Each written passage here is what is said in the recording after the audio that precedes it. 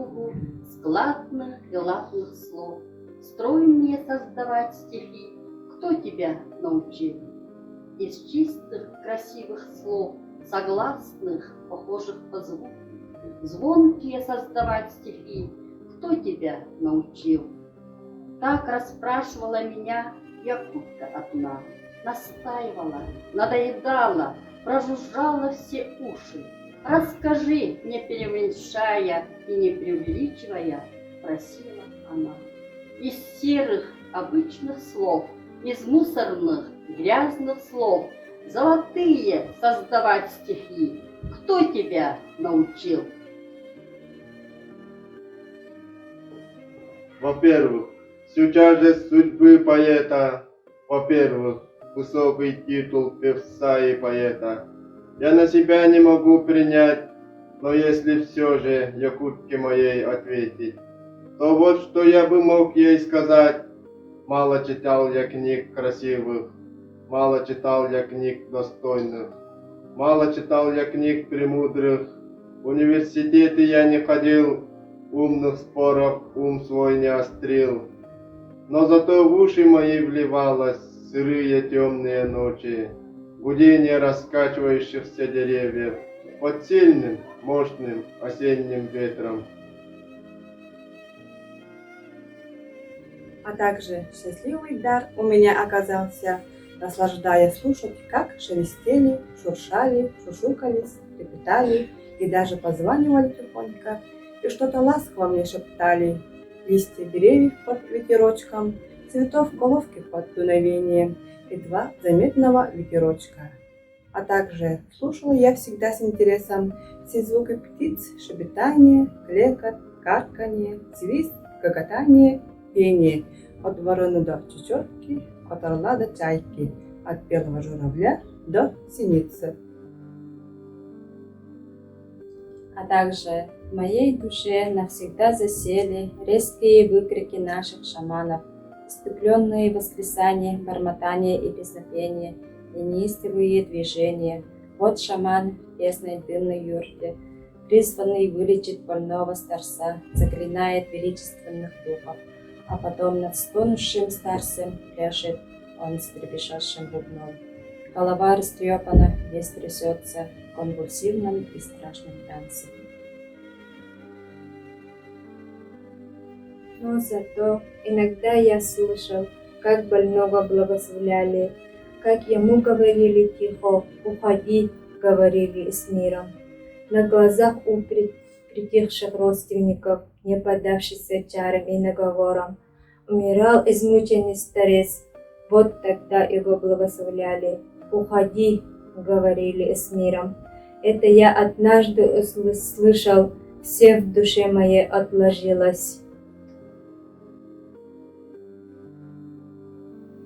А также навсегда наполнило душу нежное звучание хомуса в зимней юрте.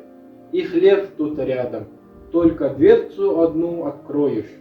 В камельке дрова разгорятся, и осветит огонь жилища.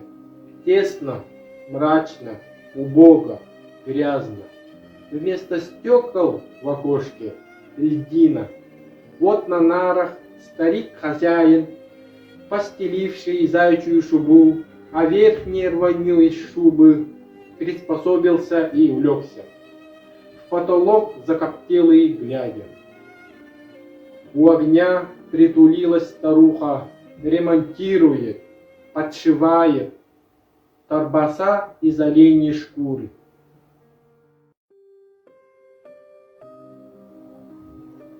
А их дочка, такой убогой, в этой грязной, вонючей юрте, как могла красота такая зародиться и сохраниться?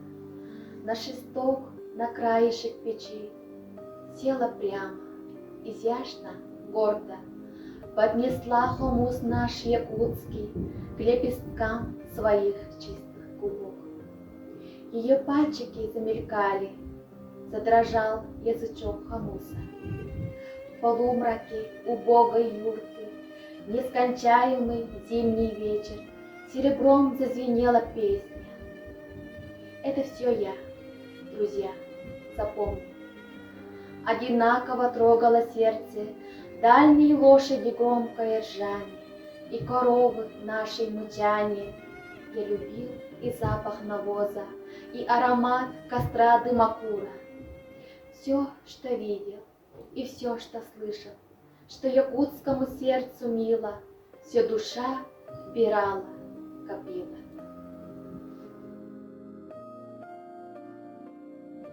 Если люди меня обижают, начинаю я петь, стонать. Если люди мне досаждают, начинаю я петь, рычать. Если люди меня уязвляют, начинаю я петь, визжать. Если люди правды не знают, начинаю я петь, кричать. А зачем я такой? Не знаю. Почему я такой? Не знаю. Может, дух какой вселился в меня и орет, и визжит, поет за меня. Может, я болен, может, глуп, беспроцветно. Не спрашивайте меня, я не знаю ответа.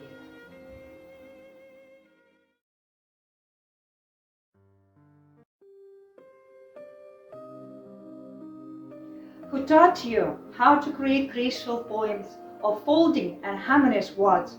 Who taught you how to write sonorous poems of pure and beautiful songs, of consonants similar in sound? That is how to, she asked me.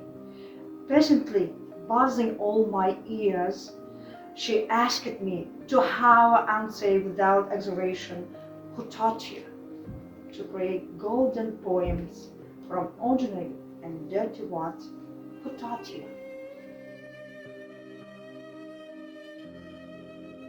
Firstly, I cannot take upon myself the burden of a poet's fate.